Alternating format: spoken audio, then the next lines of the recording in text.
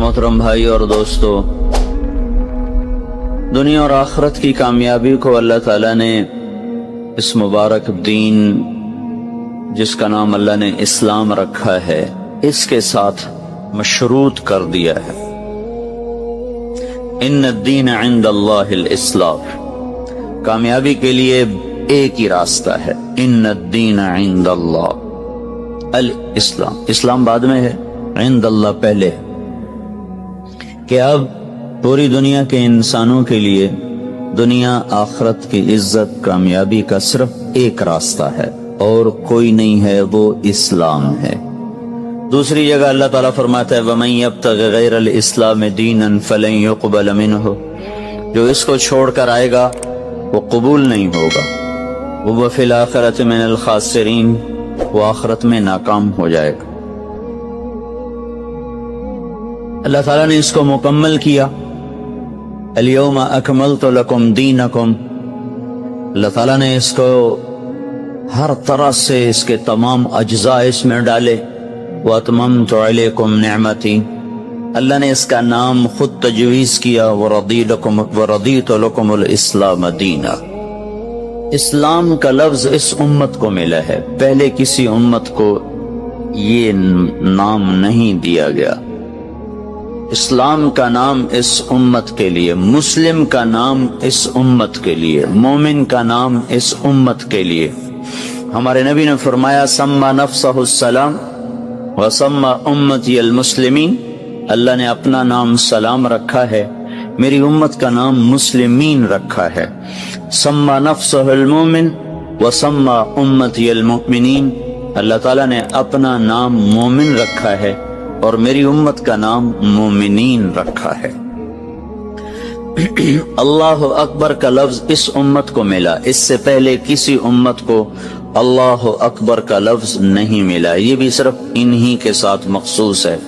دین مکمل ہوا، نام اسلام رکھا گیا، تکمیل بھی اس امت کے ساتھ ہے، اور یہ خوبصورت ناموں کا انتخاب بھی اسی امت کے ساتھ ہے۔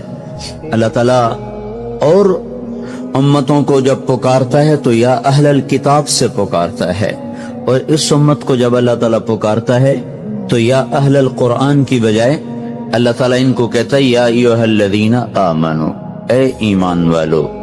انتہائی عزت اور شرافت ہے اس امت کے لیے کہ ان کو ان کا بنانے والا اللہ سب سے خوبصورت نسبت کے ساتھ خطاب فرماتا ہے، اور یا اہل الکتاب کہنے کی بجائے یا اہل القرآن کہنے کی بجائے اللہ تعالیٰ ان کو کہتا ہے یا ایھا الذین آمنوا، اے ایمان والو۔ بھائیو، دنیا اور آخرت میں اب کامیابی کی ضمانت یہ دین ہے، باقی ساری چیزیں انسان کو بطور امتحان ملی ہیں، ان کی اللہ کی نظر میں کوئی قیمت نہیں ہے۔ اللہ نے اچھے کو بھی دیا ہے، برے کو بھی دیا ہے۔ فرعون بھی بادشاہی کر گیا ہے، اور نمرود بھی بادشاہی کر گیا ہے، اور داؤد علیہ السلام نے بھی حکومت کی ہے، اور سلیمان علیہ السلام نے بھی حکومت کی ہے۔ اللہ تعالیٰ نے پتھر کے پجاریوں کو بھی حکومت دی ہے، آگ کی پرستش کرنے والوں نے بھی حکومت کی ہے۔ 3164 سال ایران کی حکومت کا جھنڈا لہرایا ہے دھرتی پر، سارے اللہ کے نام ماننے والے لوگ تھے۔ عثمان رضی اللہ تعالیٰ عنہ کے دور میں آ کر ساسانی دور ختم ہوا ہے، تو اللہ تعالیٰ کے جو ماننے والے کیا ایک چھوٹی سی مخلوق ہے آگ، اس کے آگے سر جھکائے بیٹھے ہیں، گائے کے آگے سر جھکایا ہوا ہے، بندر کے آگے سر جھکایا ہوا ہے، درختوں کے آگے جھکے ہوئے ہیں، سورج کے آگے جھکے ہوئے ہیں۔ دنیا کا سب سے بڑا فاتح چنگیز خان سورج کا پجاری تھا۔ کیا عجیب بات ہے، دنیا میں سب سے بڑی فتوحات کی تاریخ لکھنے والا انسان مرتے دم تک اللہ کو نہ پہچان سکا، وہ سورج کی پوجا کرتا ہوا مر گیا۔ اس کے سارے فاتحین ہلاکو خان اور قبلائی خان اور طولوئی خان اور چغتائی خان اور جوجی خان، جو اس کے بڑے بڑے سردار بھی تھے، اس کے بیٹے بھی تھے، سب سورج کی پوجا کرتے ہوئے دنیا سے چلے گئے۔ دنیا بطور امتحان ہے، اللہ کسی کو دے دیتا ہے، کسی سے لے لیتا ہے، کسی کو اٹھا دیتا ہے، کسی کو جھکا دیتا ہے، کسی کو مشہور کر دیتا ہے، کسی کو گمنام کر دیتا ہے، کسی کو شہرت دے دیتا ہے، کسی کو عزت دے دیتا ہے، کسی کو ذلیل کر دیتا ہے، کسی کو دنیا کے صفحات سے کیا ایسے مٹا دیتا ہے جیسے کچھ تھا ہی نہیں، جیسے کوئی آیا ہی نہ ہو۔ کسی کو طاقت دے دی ہے، کسی کو صحت دے دی ہے، کسی کو بیماری دے دی ہے، کسی کو علم دیا ہے، کسی کو تقوی دیا ہے، کسی کو خوبصورت بنایا، کسی کو کالا بدصورت بنایا، کسی کو خاندان اچھا دیا، کسی کو چھوٹا خاندان دیا. یہ سب چیزیں کسی بھی انسان کے بڑے اور چھوٹے ہونے کا معیار نہیں ہے. اللہ تعالیٰ کے دربار میں بڑے ہونے کا معیار صرف ایک ہے، الا وانکم جعلتم نسبا وجعلت نسبی. اے لوگو، قیامت کے دن اعلان ہوگا، ایک اللہ نے عزت کا پیمانہ دیا، ایک تم نے اللہ کے مقابلے میں بنا لیا. ایک اللہ نے تمہیں عزت کا اور کامیابی کا معیار دیا ہے، ایک تم نے اس کے مقابلے میں بنا لیا. جعلت اکرمکم اتقاکم، اللہ تعالیٰ کہے گا میں نے تمہیں اعلان کر کے بتایا تھا جو مجھ سے جتنا زیادہ تعلق والا ہوگا وہ زیادہ عزت والا ہوگا، جو جتنا مجھے زیادہ پہچانتا ہوگا وہ اتنا زیادہ عزت والا ہوگا. ولیکن ابیتم، تم نے انکار کر دیا. وکہا قلتم ان فلان ابن فلان خیر من فلان ابن فلان، تم میرے پیمانے تم نے توڑ دیے، میرے معیار تم نے قبول کرنے سے انکار کیا، اور تم وہ بڑا ہے، وہ بڑا ہے، وہ حاکم، وہ بادشاہ، وہ صدر، وہ وزیر اعظم، وہ سپہ سالار، وہ قریشی، وہ ہاشمی، وہ پٹھان، وہ راجپوت، اس طرح تم نے اپنے معیار بنانے شروع کیے. الیوم اضعوا نسبکم وارفعوا نسبی، آج تمہارے معیار ٹوٹ جائیں گے، میں اسے پست کر دوں گا اور میرا معیار بلند ہوگا، میرا نسب اونچا ہوگا. این المتقون، تقوی والے کہاں ہیں؟ اللہ تعالیٰ قیامت کے دن جو پکارے گا تو وہ سید، قریشی، ہاشمی، عرب، عجم، ترک، افغان نہیں پکارے گا. اللہ تعالیٰ قیامت کے دن پکارے گا تقوی والے آ جاؤ. اور ادھر ہوگا وامتازوا اليوم ایھا المجرمون، آج مجرم الگ ہو جاؤ. اس میں عرب ہے، عجم ہے، افغان ہے، پٹھان ہے، ایرانی ہے، ترکمانی ہے، وہ پنجابی ہے، سندھی، بلوچی ہے. وامتازوا، ایک طرف ہو جاؤ. کون؟ ایھا المجرمون، نافرمان ایک طرف، مجرم ایک طرف. این المتقون، تقوی والے کدھر ہے؟ ادھر آ جاؤ. این اہل الفضل، این اہل الصبر. اللہ تعالیٰ کی طرف سے اعلان، این جیران اللہ، این الذاکرون اللہ کثیرا والذاکرات، این الصائمون. یہ اللہ کے اعلان ہوں گے قیامت کے دن. تو بھائیو، دنیا اور آخرت کی عزت کا معیار اسلام، کامیابی کا معیار اسلام ہے. اور اللہ تعالیٰ ہمیں دعوت دیتا ہے یا ایھا الذین آمنوا ادخلوا فی السلم کافہ، اے ایمان والو اسلام میں پورے داخل ہو، پورے، ادھورے نہیں، پورے داخل ہو. یہاں اللہ تعالیٰ نے اسلام کو ایک گھر سے تشبیہ دی ہے، ایک گھر. ادخلوا فی السلم، مسجد کے اندر آ جاؤ. جیسے میں کہتا ہوں بھائی مسجد کے اندر آ جاؤ، تو اللہ تعالیٰ کہہ رہا ہے اسلام کے اندر آ جاؤ، پورے کو پورے اسلام کے اندر آ جاؤ. تو یہاں اللہ تعالیٰ نے اسلام کو تشبیہ دی ایک گھر کے ساتھ. فی کا لفظ اسلام کو ایک گھر کے مشابہ بنا رہا ہے. اور گھر ہمیشہ بنیادوں سے اٹھایا جاتا ہے، چھت پہ جا کے مکمل ہوتا ہے. گھر بنانے کا یہی نقشہ شروع سے چلا رہا ہے. بنیاد لوگ اٹھاتے ہیں اور پھر اس کے اوپر دیواریں کھڑی کرتے ہیں، چھت پہ جا کے وہ مکمل ہو کر رہنے کے قابل ہوتا ہے. اللہ تعالیٰ نے کہا اسلام میں داخل ہو، گھر سے تشبیہ دی. اللہ تعالیٰ کے نبی کی 2 حدیثوں نے اس گھر کی وضاحت کر دی کہ یہ گھر کہاں سے شروع ہوتا ہے اور کہاں جا کر یہ گھر ختم ہوتا ہے. ابتدا میں بنیاد ہے، انتہا میں چھت ہے. تو اسلام کے گھر کی ابتدا کیا ہے اور آگے جا کر اس کی انتہا کیا ہے، جہاں پر جا کر چھت پڑ جائے گی اور مکمل ہو جائے گا اور تم اس میں پورے شامل داخل تصور کیے جاؤ گے. پھر تم اس قابل بھی ہوگو کہ اوروں کو بھی اپنے گھر میں بلا سکو.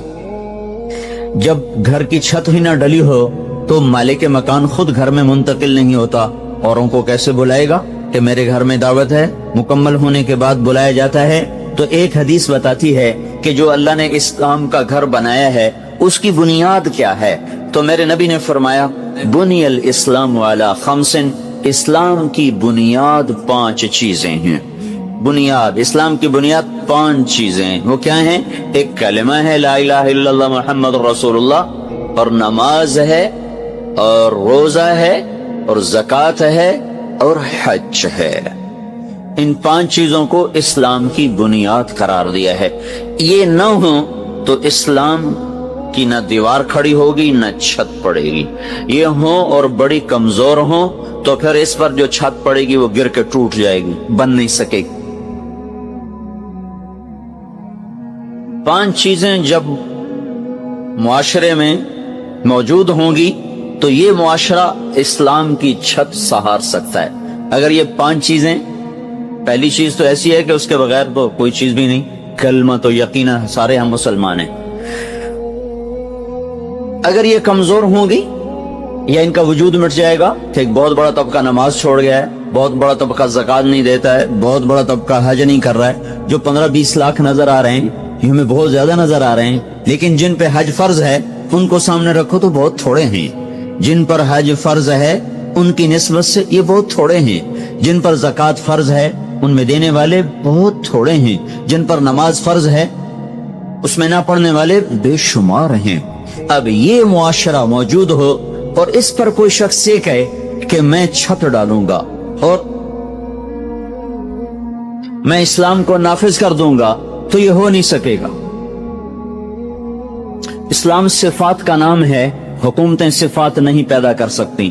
حکومت زیادہ سے زیادہ یہ کر سکتی ہے حدود نافذ کر دے اور شریعت کے قوانین نافذ کر دے. اس سے آگے حکومت کی طاقت نہیں ہے کہ کسی کے دل کو روشن کر دے. حکومت میں یہ طاقت نہیں ہے کہ کسی کے دل کو ایمان سے بھر دے. حکومت میں یہ طاقت نہیں ہے کہ کسی کی نظروں میں حیا کا سرما لگا دے. یہ حکومت میں طاقت نہیں ہے کہ ماں باپ کی فرما برداری سکھا دے. یہ حکومت میں طاقت نہیں ہے کہ کسی کے دل میں اللہ کی محبت بھر دے. اور یہ حکومت میں طاقت نہیں ہے کہ کسی کی زبان کو سچائی کی مٹھاس دے دے. یہ حکومت میں طاقت نہیں ہے کہ کسی کو تواضع سکھا دے. یہ حکومت میں طاقت نہیں ہے کہ کسی کو سخاوت سکھا دے. یہ حکومت میں طاقت نہیں ہے کہ رات کے اندھیروں میں ہر گھر کے آگے پہرے دار کھڑے کر دے کہ یہاں ہم کچھ نہیں ہونے دیں گے. یہ ناممکن ہے، نہیں ہو سکتا. بنیاد کے بغیر کوئی چھو منتر نہیں ہے کہ چھت پڑ جائے. کوئی ڈنڈے سے نہیں کام ہو سکتا.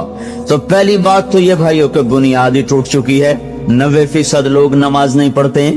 100 میں 100 آدمی جن پر زکوٰۃ فرض ہے زکوٰۃ نہیں دیتے. 10,000 اکٹھے کرو جن پہ زکوٰۃ فرض ہے تو ایک آدمی زکوٰۃ دینے والا ہے. ہزاروں انسان جن پر حج فرض ہے اکٹھے کرو تو ان میں 100-200 حج کرنے والے ہیں. وہ مل کر 15-20 لاکھ بن جاتے ہیں. جن پر فرض ہے ان میں سے بہت تھوڑے جا رہے ہیں.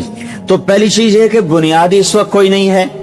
اور جنہوں نے اس کو قائم کیا ہوا ہے کل نماز، چلو ہم فرض کرتا ایمان والے تو سارے ہیں، 5% لوگ نمازی ہیں، 10% لگا لیں.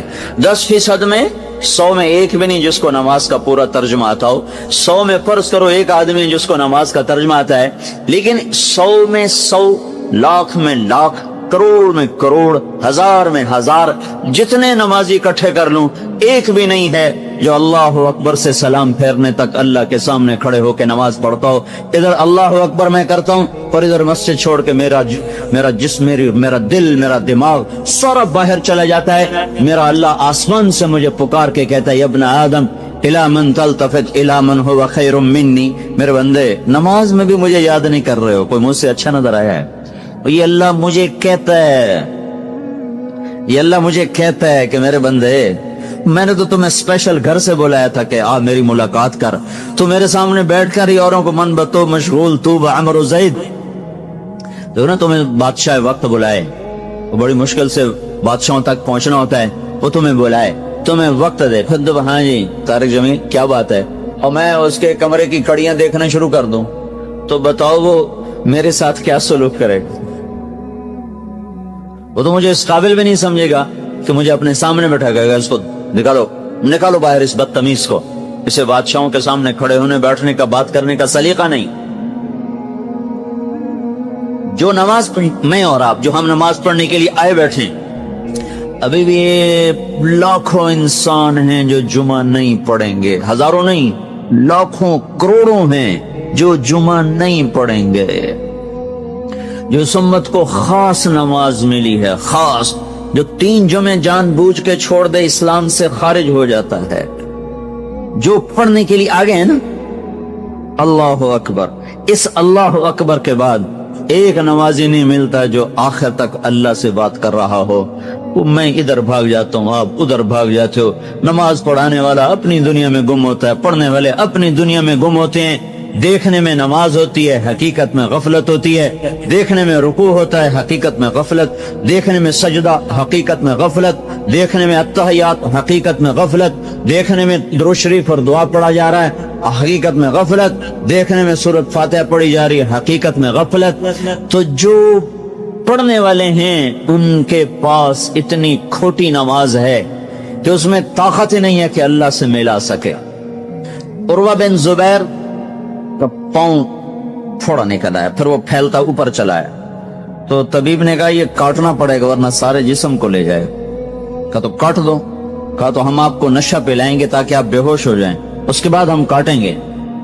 تو انہوں نے فرمایا کہ نشہ اور ایمان ایک پیٹ میں جمع نہیں ہوتا، جس پیٹ میں شراب جاتی ہے اس سے ایمان باہر نکل جاتا ہے۔ حدیث میں بھی آتا ہے جب کوئی آدمی شراب پیتا ہے تو ایمان باہر چلا جاتا ہے، اور جب تک شراب اندر رہتی ایمان باہر رہتا ہے۔ کہا میں نماز پڑھتا ہوں تم پاؤں کاٹ دینا میرا۔ تو انہوں نے ایسے بیٹھ کر پاؤں یوں کر دیا اور اللہ اکبر۔ اب یہ جو پاؤں کاٹا جا رہا سن تو ہوتا نہیں تھا کہ پتہ نہ چلے پاؤں کاٹنا ہے، پھر پاؤں کاٹنے کے بعد یہ ہوتا تھا خون نکلتا تھا تو اس پر کھولتا ہوا تیل ڈال کرنا اس کو زخم کو فوراً جلا دیتے تھے۔ تو کاٹنے کا درد الگ اور اوپر تیل کھولتا ڈالنے کا وہ درد الگ۔ یہ سب کچھ اس شخص کے ساتھ ابھی ہونے والا ہے۔ کہ اللہ اکبر، اور یوں بیٹھ کے نماز پڑھنا شروع کر دیا۔ انہوں نے پاؤں کاٹا ہے، پھر تیل لگایا ہے کھولتا ہوا، پھر پٹی باندھی ہے۔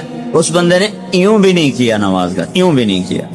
جب سلام پھیرا تو کہنے لگے پاؤں کاٹ لیا؟ کہنے لگے کاٹ لیا۔ کہ اللہ کی قسم مجھے خبر بھی نہیں تھا۔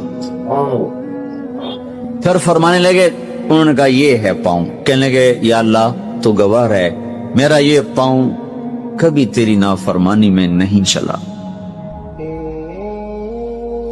وہ اقبال نے کہا تھا مسجد مرثیہ خواہ ہیں کہ نمازی نہ رہے۔ نمازی تو تھے، یہ نمازی نہ رہے۔ ایسی نماز پڑھنے والے جو وہ کہیں اللہ اکبر تو پھر کائنات ان کے لیے صفر ہو جائے۔ یہ آدمی دیکھو نا، یہ آدمی ہاتھ اٹھاتا ہے اللہ اکبر، ہاتھ یہاں گویا پوری دنیا کو اٹھا کر پیچھے پھینکتا ہے، یا اللہ میں نے سب کو پیچھے پھینکا اور میں تیرے آگے آ گیا۔ اس لیے یہاں یہ بھی پڑھنا مسنون ہے، وجہت وجہی للذی فطر السماوات والارض حنیفا، میرے مولا میں سب سے کٹ کے تجھ سے جڑنے آ گیا ہوں۔ تو جو پڑھنے والے ہیں یہ غم بھی میں نے زندگی میں ایک آدمی کو روتے دیکھا ہے نماز کے لیے۔ 35 سال 36 سال تبلیغ میں ہو گئے، ایک آدمی کو نماز کے لیے روتے دیکھا ہے۔ وہ کوئی بڑا عالم نہیں تھا، کوئی مفسر نہیں تھا، کوئی صوفیاء میں سے نہیں تھا، جرنیل تھا، جنرل امیر حمزہ رحمت اللہ علیہ۔ 15 سال ہم اکٹھے چلے، ہر مہینے 15 دن، ہر مہینے 15 دن۔ سن 2000 میں ان کا انتقال ہوا۔ بس وہ ایک آدمی تھا جو میں نے اسے کئی دفعہ روتے دیکھا۔ کیوں رو رہے ہو جنرل صاحب؟ کہ مولوی صاحب نماز نہیں پڑھی جاندی۔ اور میں نے زندگی میں ان 14-15 سال میں ان کی گرمی سردی میں تہجد کو قضا ہوتے نہیں دیکھا، اور لکڑی کی طرح کھڑے ہوتے تھے نماز میں۔ اس کے بعد وہ مجھے کہا کرتے تھے مولوی صاحب نماز نہیں پڑھی جاندی کی کرا، اور یہ کہہ کر رونے لگ جاتے تھے۔ میں نے تو کسی کو نہیں اس طرح روتے دیکھا۔ مدرسے کے کتنے طلبہ سے واسطہ رہتا ہے، تبلیغ والوں سے واسطہ رہتا ہے، علماء سے، صوفیاء سے واسطہ رہتا ہے، کسی کو یہ بے قرار ہوتے نہیں دیکھا کہ ہائے میری نماز اچھی نہیں ہے۔ اپنی نماز پہ مطمئن، تہجد پہ مطمئن، نفلوں پہ مطمئن، بے قرار کوئی نہیں کہ یا اللہ میں اللہ اکبر کہتا ہوں تو مجھے یاد ہی نہیں آتا، یا اللہ میں کیا کروں۔ اور ابن القیم رحمت اللہ علیہ نے ایک ہے نمازی 5 طرح کے ہوتے ہیں۔ ایک نمازی وہ ہے جو کبھی پڑھتا ہے 5، کبھی پڑھتا ہے 3، کبھی پڑھتا ہے 2، کبھی پڑھتا ہے 1، اس طرح وہ آگے پیچھے کرتا رہتا ہے۔ یہ قیامت کا دن جہنم میں جائے گا، یہ معذب ہے۔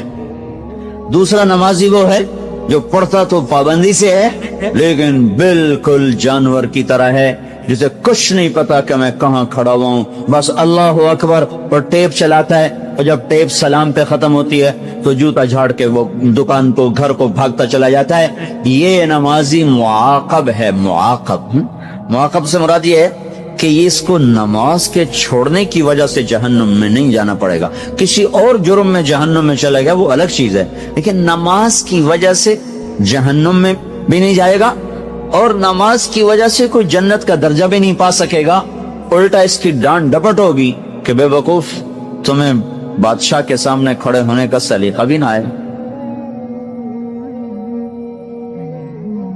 تیسرا نمازی وہ ہے کہ جب وہ نماز شروع کرتا ہے تو کوشش کرتا ہے کہ اللہ کے سامنے کھڑا رہوں، پر کبھی اللہ کے سامنے، کبھی گھر کے سامنے، کبھی اللہ یاد آیا اور کبھی دکان یاد آئی، کبھی اللہ یاد آیا اور کبھی نفس کی بھول بھلائیوں میں گم ہوا، یہ کوشش کرتا رہا، کبھی ادھیڑ کبھی بن، کبھی ادھیڑ کبھی بن، کبھی گرانا کبھی اٹھانا، یہ معاف کر دیا جائے گا، معفو عنہ، اچھا بھائی چلو ٹھیک ہے پاس کر دو، ٹھیک ہے، کچھ نہ کہو، کوشش کرتا رہا۔ چوتھا درجہ ہے نماز کا، جو وہ کہتا ہے اللہ اکبر، تو بس پھر نماز ہوتی ہے اور وہ ہوتا ہے اور اس میں کوئی دوسرا داخل نہیں ہو سکتا۔ یہ ہے نمازی اللہ کے دربار میں، یہ وہ نمازی ہے جس کی نماز اس کو اللہ سے سب کچھ دلوانے کا سبب اور ذریعہ ہے، جو کہتے ہیں نماز اللہ کے خزانوں کی چابی ہے۔